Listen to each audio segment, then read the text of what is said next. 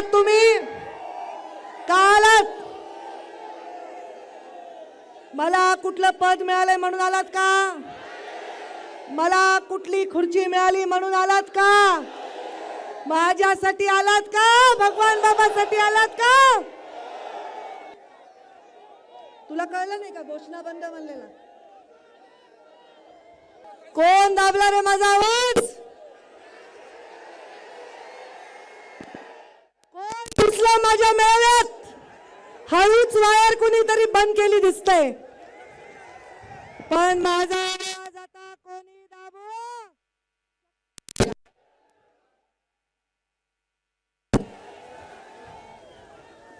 माझा आवाज आता कोणी, तुम्ही वळवळ करू नका रे, कोणी दाबू शकणार?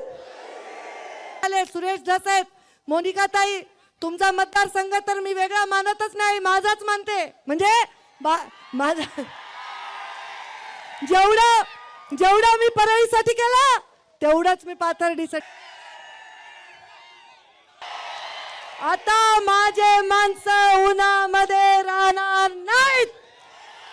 आता माझे माणसं संयम दाखवणार नाहीत. त्यासाठी मी आता मैदानात उतरणार आहे. पडले ते झालं, आता पाडणार आहे, पाडणार आहे. कुणाला पाडणार आहे? जो चारित्र्यहीन असेल, पैशाच्या जोरावर राजकारण करत असेल त्याला पाडणार. जो शेतकऱ्यांच्या हिताचं राजकारण करत असेल त्याला पाडणार. जो तरुणांना बेरोजगारीच्या संकटातून उठून नाही काढू शकत त्याला पाडणार. जो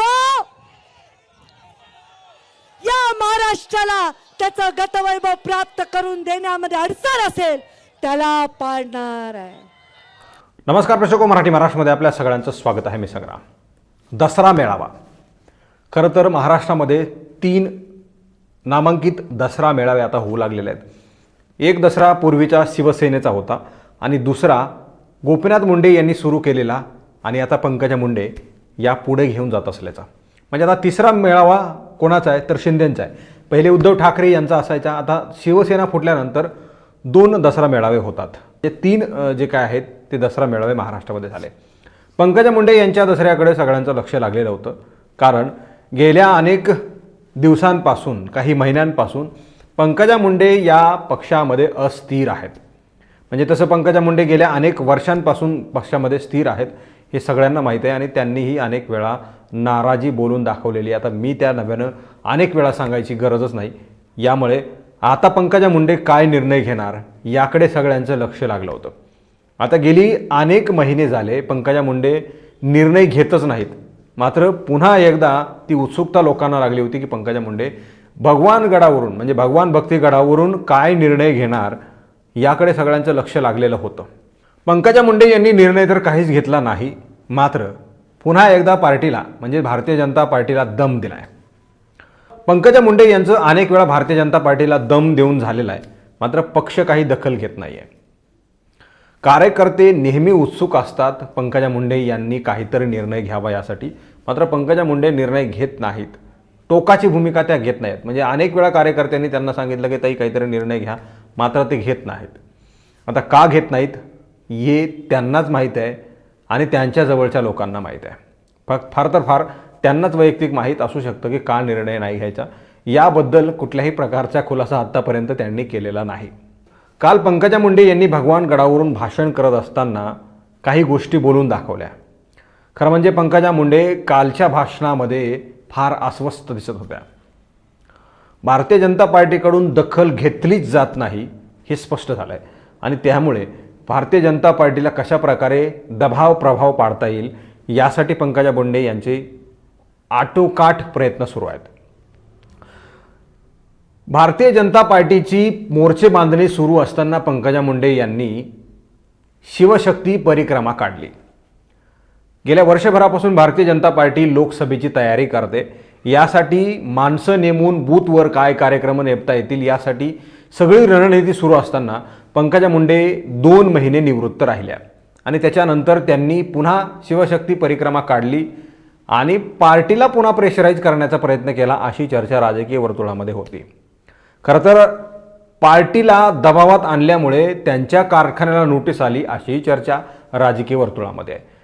राजकीय वर्तुळामध्ये यासाठी चर्चा केली जाते की पंकजा मुंडे यांनी भारतीय जनता पार्टीचे सगळे कार्यकारिणीचे कार्यक्रम सोडून 2 महिने रजा घेतली आणि त्यानंतर रजा घेऊन बाहेर येताच पुन्हा शिवशक्ती परिक्रमा जी आहे ती महाराष्ट्रभर काढली आणि त्यामुळे या सगळ्या गोष्टी उद्भवल्यात. म्हणजेच नोटीस आली आणि म्हणजे इतर कारखान्यांना निधी मिळतो, त्यांना सूट मिळते, मात्र पंकजा मुंडे यांच्या कारखान्याला जे आहे ते नोटीस येते. हे त्याचंच कारण आहे. ज्या परिक्रमा यात्रा काढली त्या परिक्रमा यात्रेचाच हा परतफेड आहे किंवा मग ही अशा प्रकारे पक्षाची कारवाई आहे असं म्हणणं चुकीचं ठरणार नाही अशी चर्चा राजकीय वर्तुळामध्ये वर्तवली जाते. आणि पंकजा मुंडे यांच्या जाग्याचं जे आहे ते बोललं जातं आहे 2024च्या निवडणुकीच्या जागेचं म्हणजे उमेदवारीचं की पंकजा मुंडे यांना उमेदवारी मिळणार नाही. मी यावर सुद्धा बोललेलो आहे, मी रिपोर्ट सादर केलेला आहे, त्याची फार महाराष्ट्रभर मला चर्चा झाली आणि मीच म्हटलं होतं की पंकजा मुंडे प्रीतम मुंडे यांची जागा घेऊ शकतात, इतर कुणीही म्हटलेलं नाही. फक्त मीच म्हटलं होतं की पंकजा मुंडे ह्या प्रीतम मुंडे यांची जागा घेतील कारण दोघींपैकी एकीला उमेदवारी मिळणार आहे. त्याचं कारण असं आहे की आता धनंजय मुंडे जे आहेत ते अजित पवारांसोबत भारतीय जनता पार्टीसोबत गेलेले आहेत आणि ते स्टँडिंग उमेदवार आहेत विधानसभा परळीचे. त्यामुळे त्यांना उमेदवारी मिळणं साहजिक आहे आणि ते नीतीप्रमाणे आहे, नियमानुसार आहे.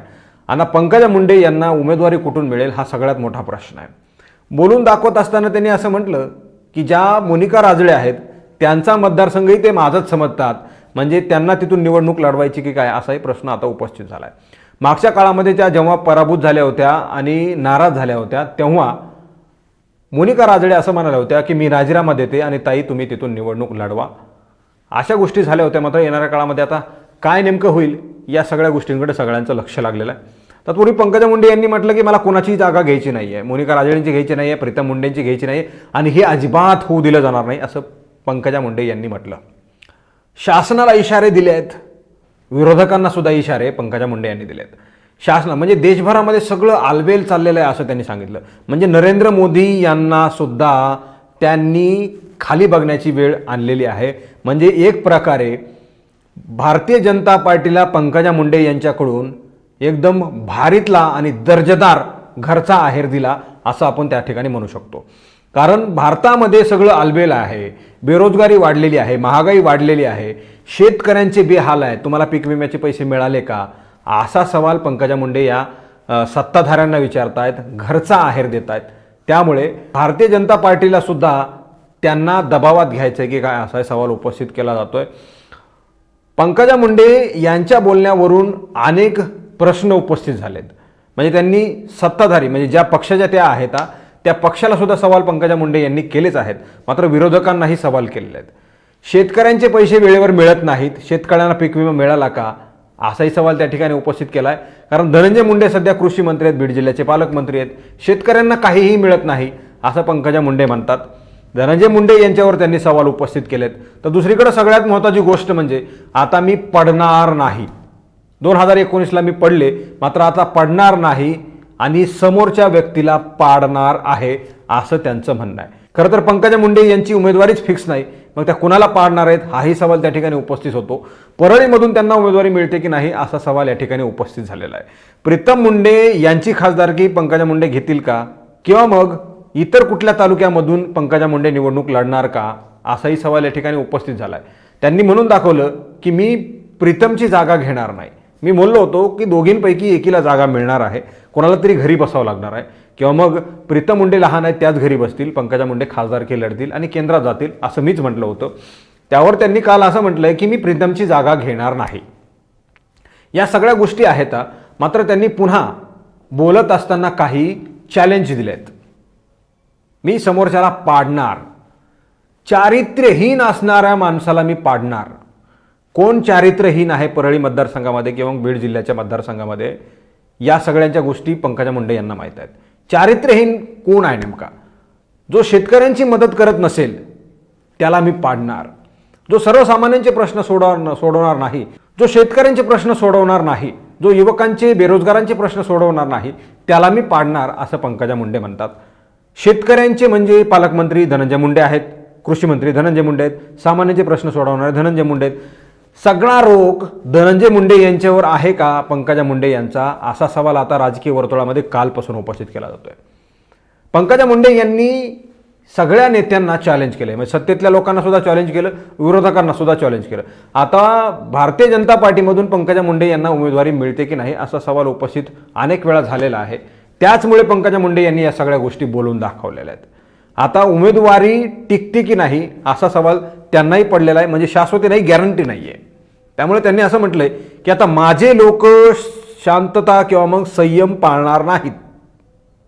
भारतीय जनता पार्टीलाच ही आव्हान म्हणायचं का असा सवाल उपस्थित झाला आहे. पंकजा मुंडे यांनी स्पष्टपणे सांगितलं की आता मी पाडणार आहे, निवडणूक लढणार आहे, मी मागे सरकणार नाही, माझे लोक मागे सरकणार नाहीत, शांत आणि संयमी राहणार नाहीत, संयम सुद्धा पाळणार नाहीत. म्हणजे काय नेमकं करणार आहेत ते येणाऱ्या काळामध्ये कळेलच. मात्र पंकजा मुंडे या कालच्या दसरा मेळाव्यामध्ये फार अस्वस्थ दिसत होत्या.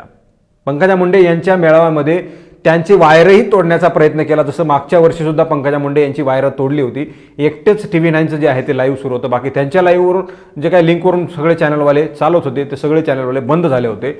यावेळेस सुद्धा पंकजा मुंडे यांच्या माईकचं वायर तोडण्यात आलं, त्यांना खालून ट्रोल करण्यात आलं. पंकजा मुंडे यांनी वारंवार दम देऊन त्या लोकांना खाली बसवलं. तुम्हाला या डीच्या बाहेर जाऊ देणार नाही, तुम्हाला झोडून काढेन, असं सुद्धा पंकजा मुंडे यांनी म्हटलं. सुरुवातीपासूनच पंकजा मुंडे अस्वस्थ होत्या आणि गेल्या अनेक महिन्यांपासून, वर्षांपासून पंकजा मुंडे अस्वस्थ आहेत. भारतीय जनता पार्टीमध्ये त्यांची फार मोठी घुसमट होते. जशा जशा निवडणुका जवळ येतील तसं तसं पंकजा मुंडे यांच्या मनाची घालमेल होणार आहे असं आपल्याला वाटणं चुकीचं ठरणार नाही. कारण त्यांच्या बोलण्यामधून स्पष्ट जाणवलं की त्या अस्वस्थ आहेत. कोणाला तरी काहीतरी मागता येत नाही, मात्र मागावं लागतंय आणि मागितलं असताना सुद्धा दिलं जात नाही, अशी परिस्थिती आता निर्माण झालेली आहे. पंकजा मुंडे कधी काळी गोपीनाथ मुंडे हे पहाडासारखे भारतीय जनता पार्टीमध्ये उभे राहिले, राजकारण केलं, सत्ता भोगली. मात्र त्याच गोपीनाथ मुंडे यांच्या मुलीवर कुणाकडं तरी पदर पसरवायची वेळ येते. हा सगळ्यात मोठा दुर्दैवी क्षण आहे. ज्या गोपीनाथ मुंडे यांनी पार्टी उभा केली त्या पार्टीकडे पदर पसरायची वेळ येते असं म्हणणं चुकीचं ठरणार नाही. ही अत्यंत दुर्दैवी आहे. या सगळ्या गोष्टी फार चर्चा आणि विचलित करणाऱ्या गोष्टी आहेत. यावर तुम्हाला काय वाटतं मित्रांनो, तुम्ही कॉमेंट बॉक्समध्ये प्रतिक्रिया द्या. हा व्हिडिओ तुम्हाला आवडला असेल तर जास्तीत जास्त शेअर करा. चॅनलवर तुम्ही नवीन असाल तर चॅनल सबस्क्राईब करा. 1,58,000 सदस्यांनी मराठी महाराष्ट्राच्या बातमीदारीवर विश्वास ठेवून सबस्क्राईब केलेला आहे. मित्रांनो, तुम्ही सुद्धा मराठी महाराष्ट्राच्या एकदा प्लॅटफॉर्मवर या, तुम्ही परत जाणार नाही याची गॅरंटी, याची शाश्वती मी तुम्हाला देतो. त्यामुळे चॅनल सबस्क्राईब करा, बेल आयकॉन प्रेस करा. हा व्हिडिओ तुम्हाला फेसबुकवर पाहायला मिळत असेल तर तिथंही फेसबुकच्या पेजला लाईक करा, फॉलो करा. तिथंही आम्हाला जवळजवळ 66,000 लोकांनी आमच्यावर विश्वास ठेवलेला आहे आणि फॉलो केलेला आहे. तुम्ही सुद्धा फॉलो करा. एकदा तुम्ही फॉलो केल्यानंतर अनफॉलो करणार नाहीत याची गॅरंटी मला आहे. त्यामुळे फॉलो करा, लाईक करा, शेअर करा, कॉमेंट करा. धन्यवाद मित्रांनो.